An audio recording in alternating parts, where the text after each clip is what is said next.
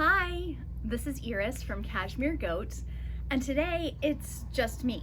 So if you want your money back because Kristen's not here, I can give you a refund for $0. That was so dumb. Hi, this is Iris from Cashmere Goat, and today I'm doing our 8th podcast by myself. Usually I have Kristen with me, and she is not here right now. She's been taking some time with her family for a few days, and we're super happy to hold down the fort as the goat team while she's getting that much needed time. So today, what am I wearing? I am wearing a top that came with our Berroco Summer Sesame trunk show, and this is the Benedetta. It's by Alison Green. It's a crocheted top, and it is super flattering. I'm not going to stand up because that will be weird because my head will get cut off, but I will show you. This is the colorway.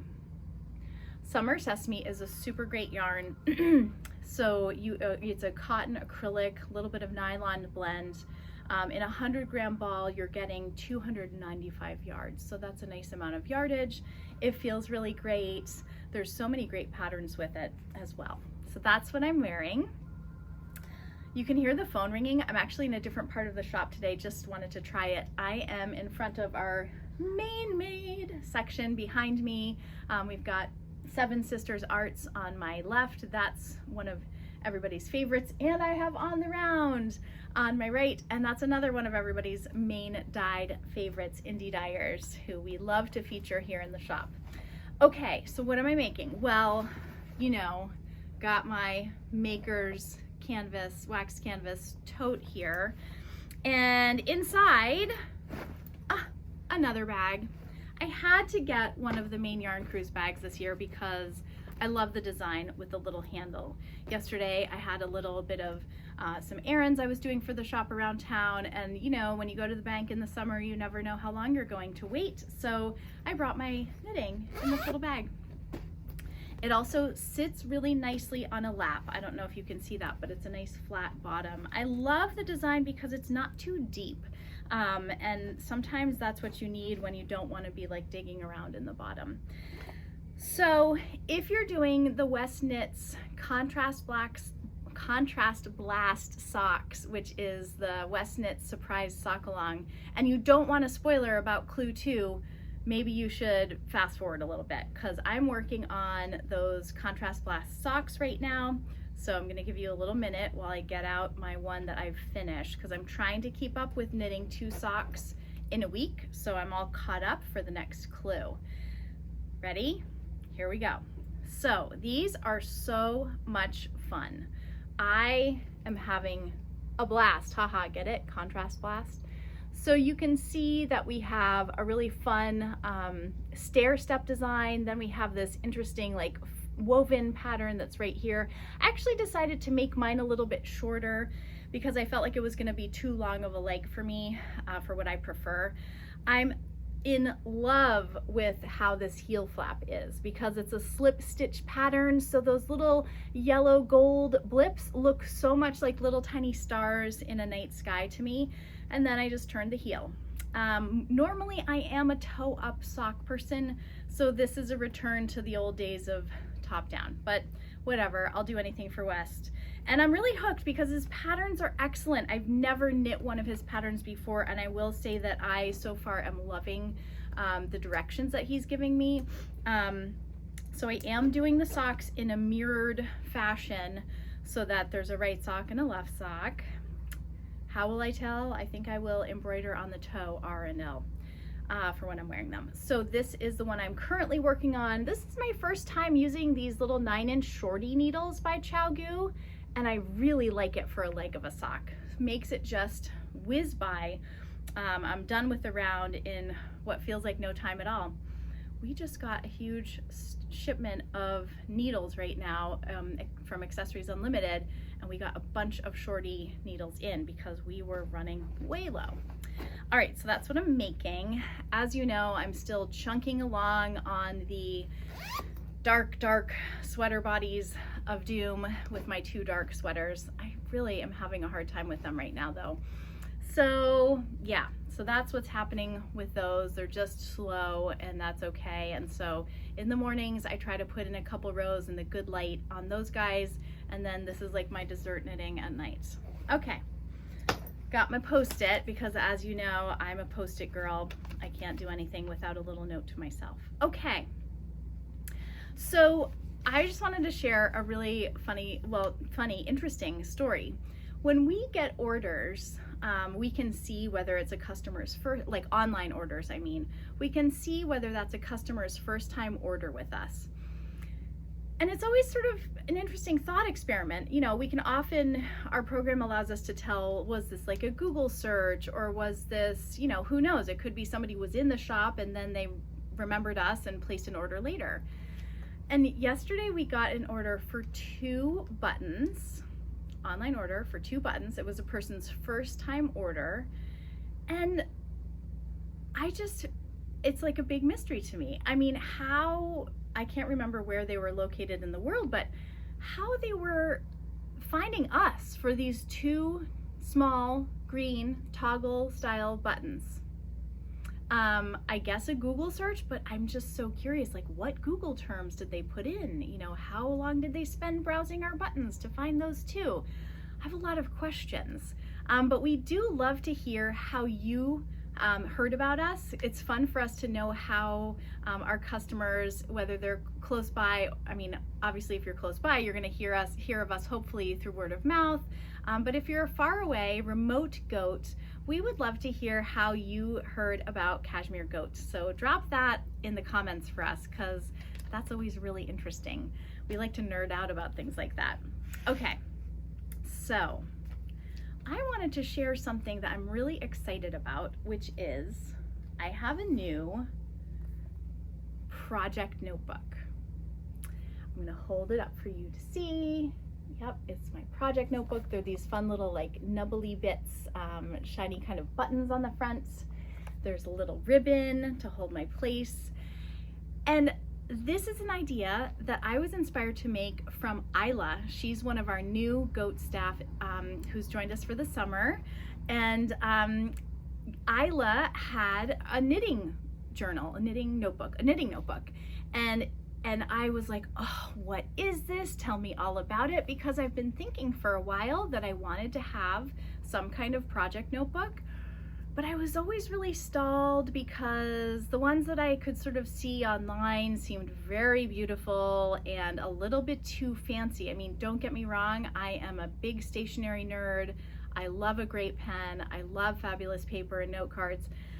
But I've had that experience where you have such a special journal that you're kind of intimidated to actually use it. And so that's what stalled me. And Isla brought in hers, which was in a classic composition notebook, very similar to this.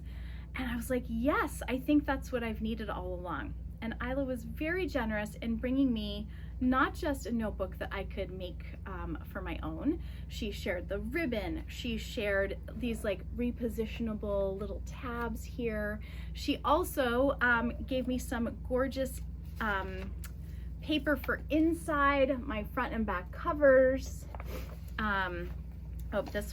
This was another one of Isla's ideas. She clips her pattern with a binder clip into the back side of her project notebook, which I thought was great. But let me show you the paper on the back side. Is like this fun, kind of coordinates with my front cover.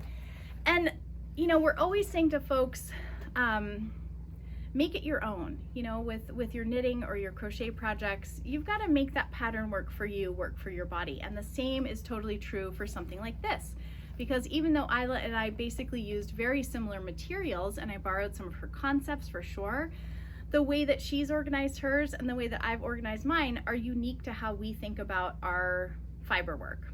So I put in a table of contents and I have one page for each of the 3 sections in my notebook. So my notebook sections are project notes, learning, listening, reading, and dreaming about? Because as you know, I dream about a lot of projects, way more projects than I could probably make in a lifetime.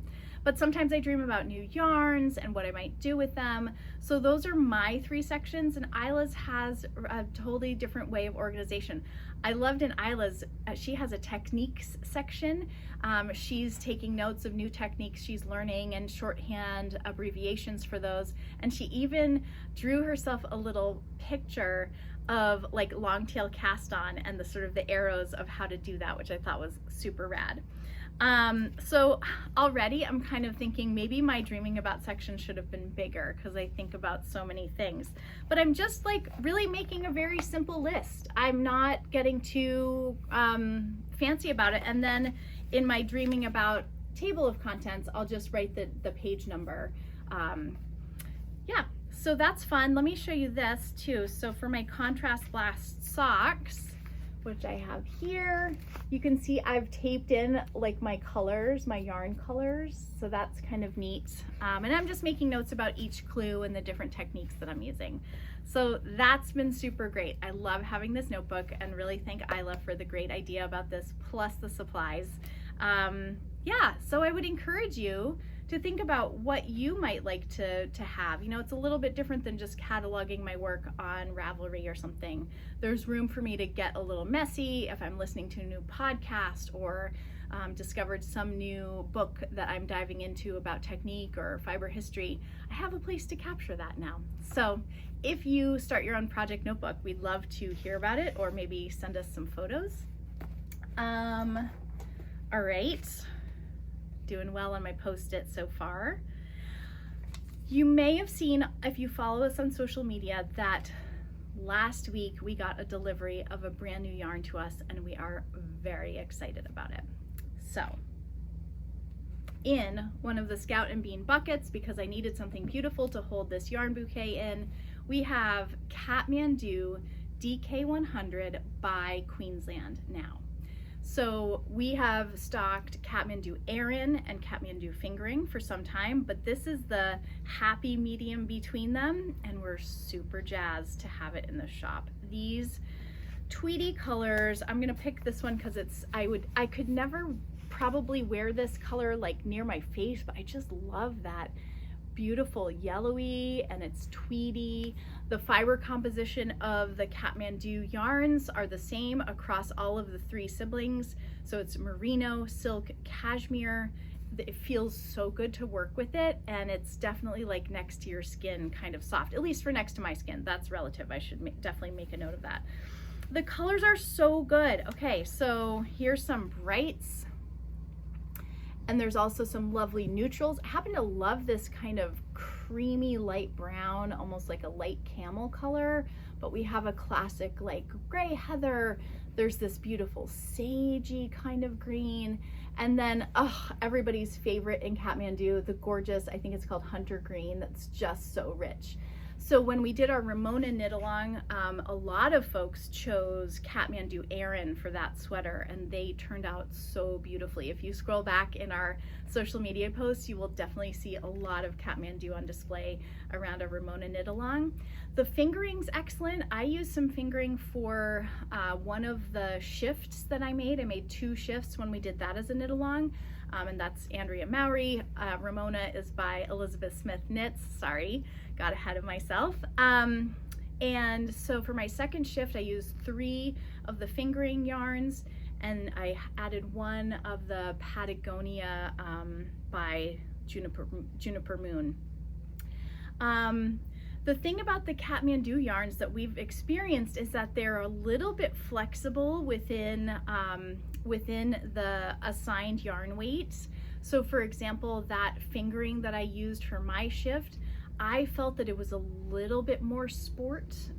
As I blocked it, it kind of folded up just a little bit, but still totally worked for that garment. I think Miranda has her bibliophile, and that is, oh gosh, Maine designer, should remember it. I'll put it in the comments. Bibliophile, I believe did that in fingering with a Kathmandu, and it's so pretty. So we're very excited to have this as a DK option. We have a couple of new DK weight yarns that we're so happy about, and leads to a possible hint for maybe what's to come in our big announcement for our September knit along, which is going to come sometime in sort of middle of August. We're going to do that announcement so that you know what the pattern is, you know what the yarn is, you can think about what yarn you want to use, you can swatch your little heart out so you know what size that you're going to be making. We're really hoping that you'll participate with us in our September knit along. It's going to be really fun to try a knit along in the fall. We're still pretty busy in the shop, so we'll see how it goes, but we're very excited. We've selected the design already, and you'll just have to wait a little more to hear what it is. So let's see, consult the post-it. I think I've covered everything. Yeah, so thanks for watching, and hopefully you'll join us again soon for a podcast. If you liked the video, leave us a comment, because we always feel so warmed in our hearts when we see like people are actually watching. And don't forget to subscribe to our channel. What else?